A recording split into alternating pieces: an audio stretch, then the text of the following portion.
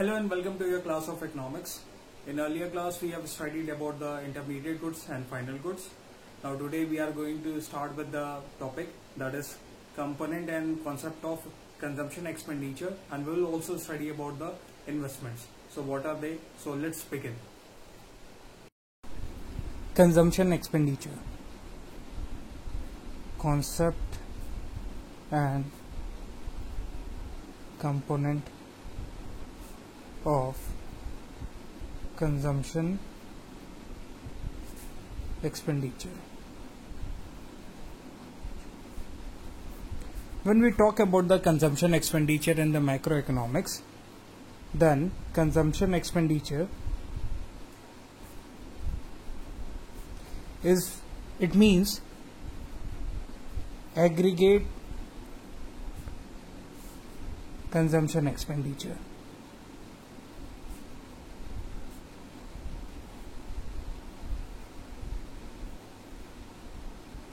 Now, how aggregate?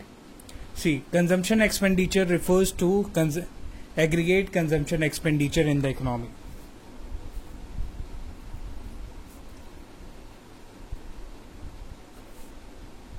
Means total expenditure made in economy on consumption. That is known as aggregate. So it is very clear that when we are talking about the aggregate consumption expenditure, it means total expenditure made in the economy on consumption. Now we need to understand who are the consumers here.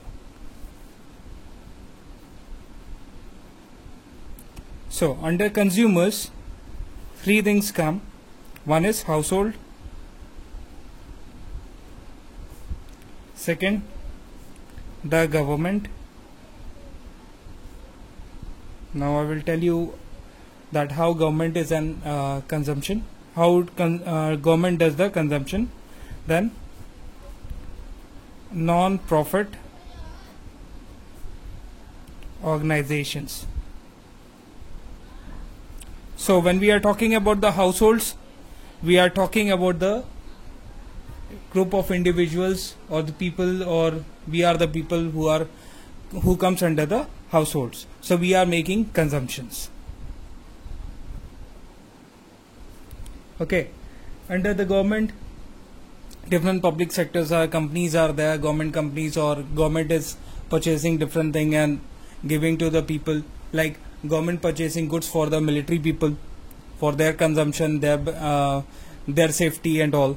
Then when we are talking about the non-profit organization, under this NGOs, then temples, mosque, church and all come under this non-profit organizations. So they also purchase something for the consumption, for the charity basis they do. So on that basis also they also consume something. So when we take all these three together, or we calculate consumption by the household, consumption by the government, consumption by the non-profit organization, that becomes aggregate consumption and expenditure. So expenditure by these all three things, or all three sectors, by household, private and non government sector and private sector, when we add all these things together, that becomes consumption expenditure, or that is aggregate consumption expenditure. So again, aggregate consumption expenditure is consumption expenditure by household, by the households, plus consumption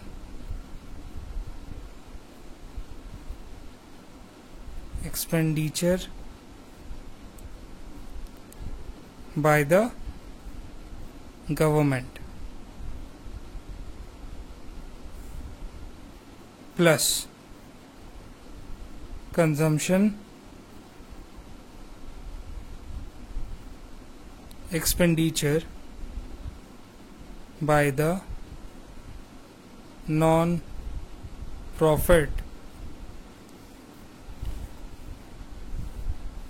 organizations. So that addition of these three becomes aggregate consumption expenditure.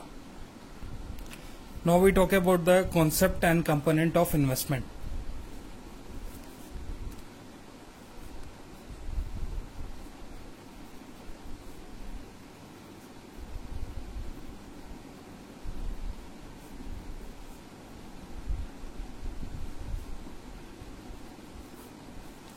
Now, investment refers to increase in stock of capital. What is investment? Again, it refers to the increase in stock of capital. That is known as investment. So, I is equal to delta K. Means here I is equal to investment, then K is equal to capital stock, and change in K, that is delta K, that means change in capital stock during an accounting year. So I is equal to delta K, that is mean it refers to increase in stock, sorry, stock of capital.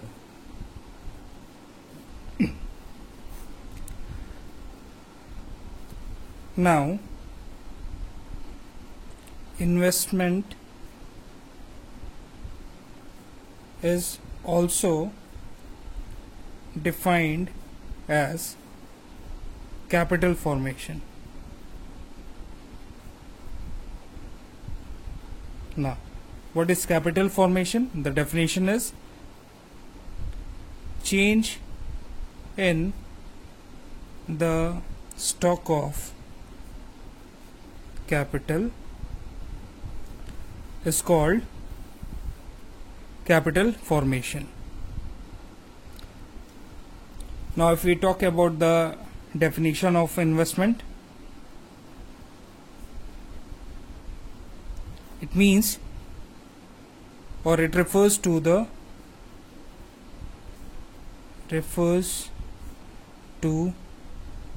capital formation or a process that increases the stock of capital. So again, the definition of investment is it refers to the capital formation or a process that increases the stock of capital. That is known as investment, or that is called investment. Now we will see investment, how many type of investments are there, or sorry, what are the components of investments.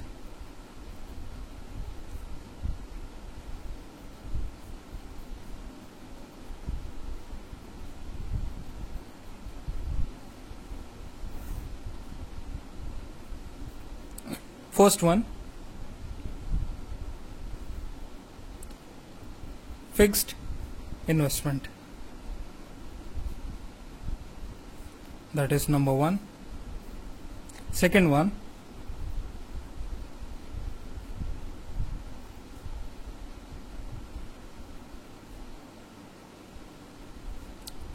inventory investment. So we'll study one by one what is fixed investment and what is inventory investments. fixed investment.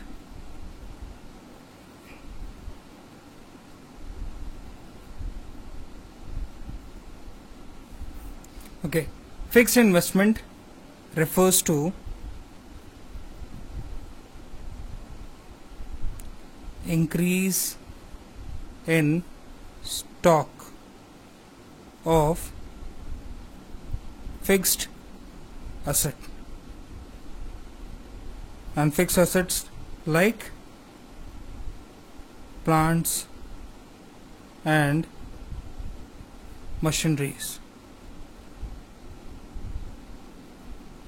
So these are called fixed assets.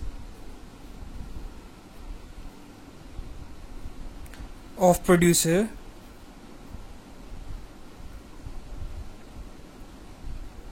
during an accounting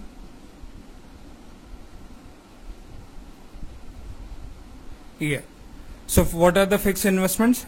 It refers to the increase in stock of fixed asset like plant and machinery of producers during an accounting year. That is known as fixed investments. Now, fixed investments are also called fixed capital formation, and fixed capital formation means increase in stock of fixed capital like plant and machineries. Now we talk about the significance of fixed investment.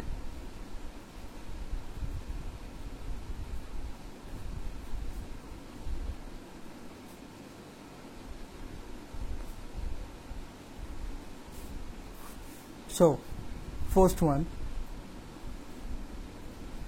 fixed investment raises the production capacity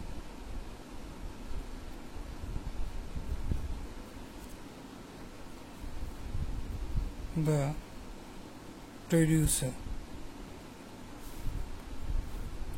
and this leads to higher level of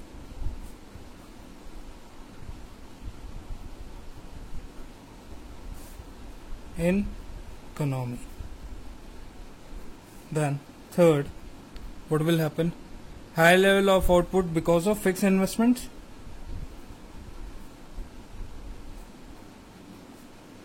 Output because of fixed investments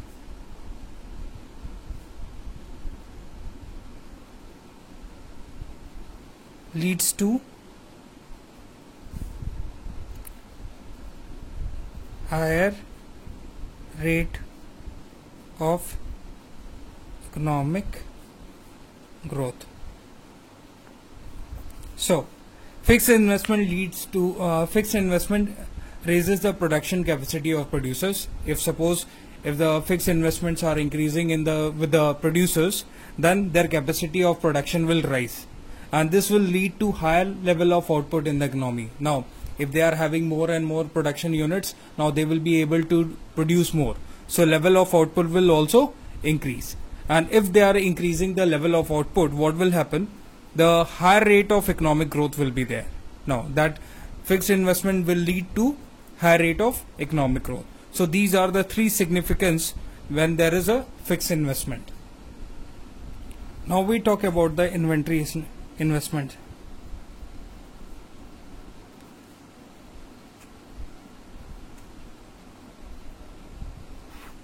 So at a point of time,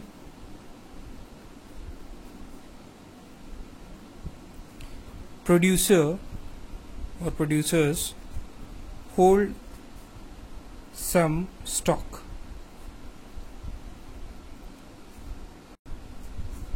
of, first thing, finished goods.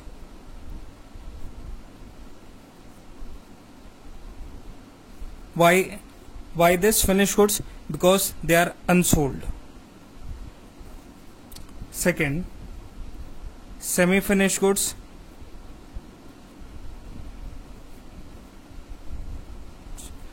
Because they are still under the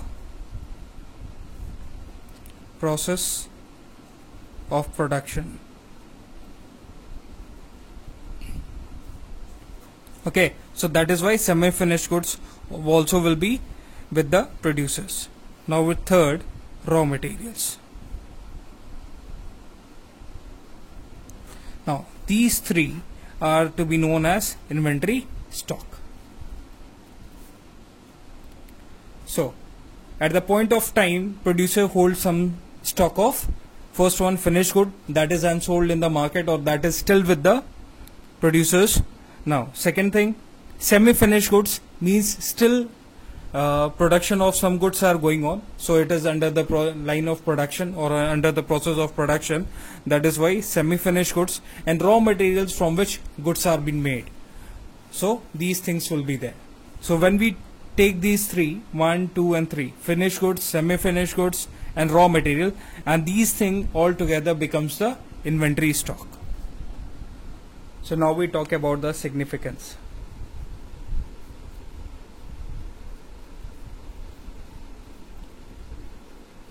Inventory stocks, inventory investments. So under significance of inventory investments, two things come, that is, first is raw material, second, finished goods.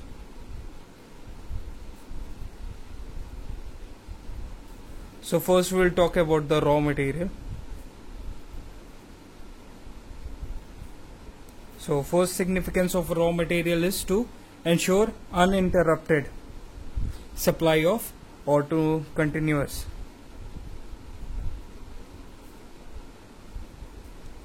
supply of raw material for the production.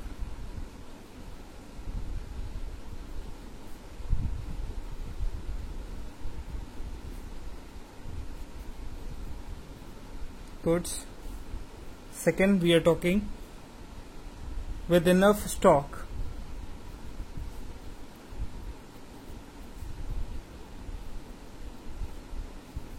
of input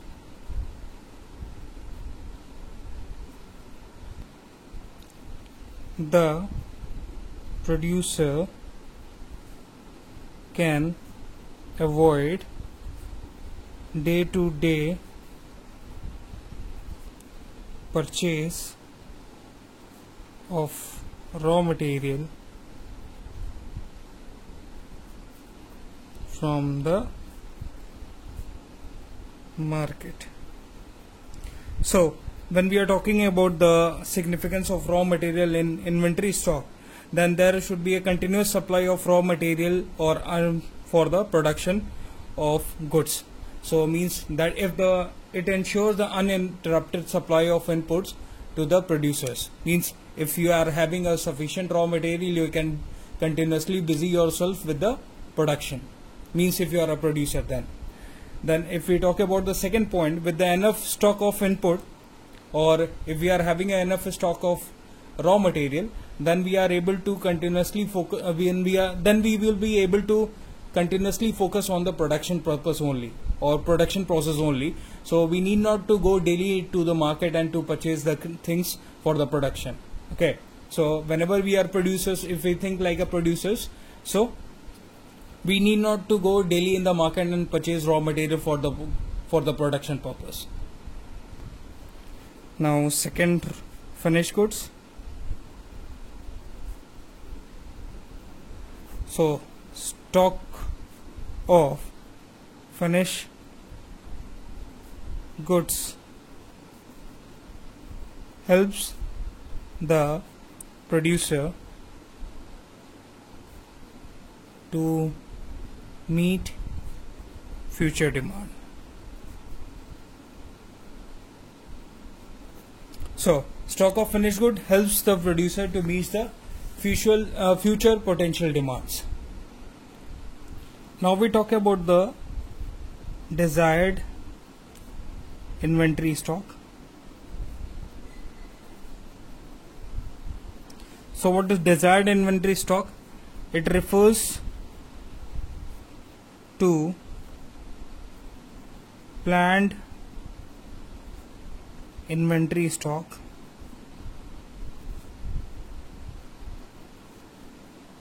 now. This is maintained by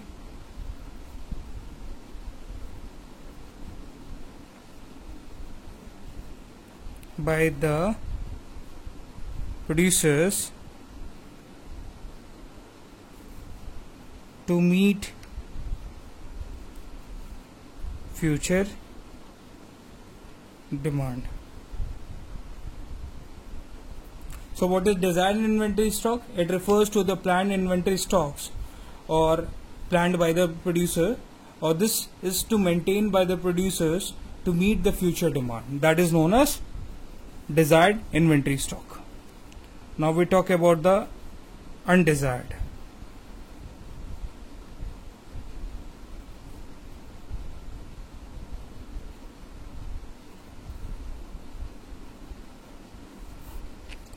So refers to unplanned stock, or it arises because demand for the product turns out to be low or lower than expected.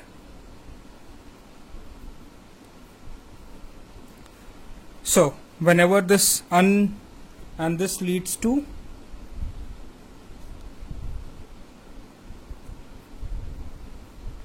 losses. So what is undesired inventory stock? It refers to the unplanned stock, or it arises because demand for the product turns out to be lower than expected.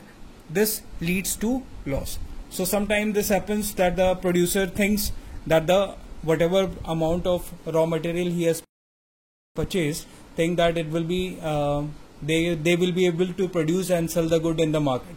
But what happens in the market, market condition changes, that people at that time, or you can say that the people that time demand for less goods. That is why the producer are not able to sell that much product as they were expecting. So what happens? That leads to undesired inventory stock, and that always lead to losses only. So this is all for today.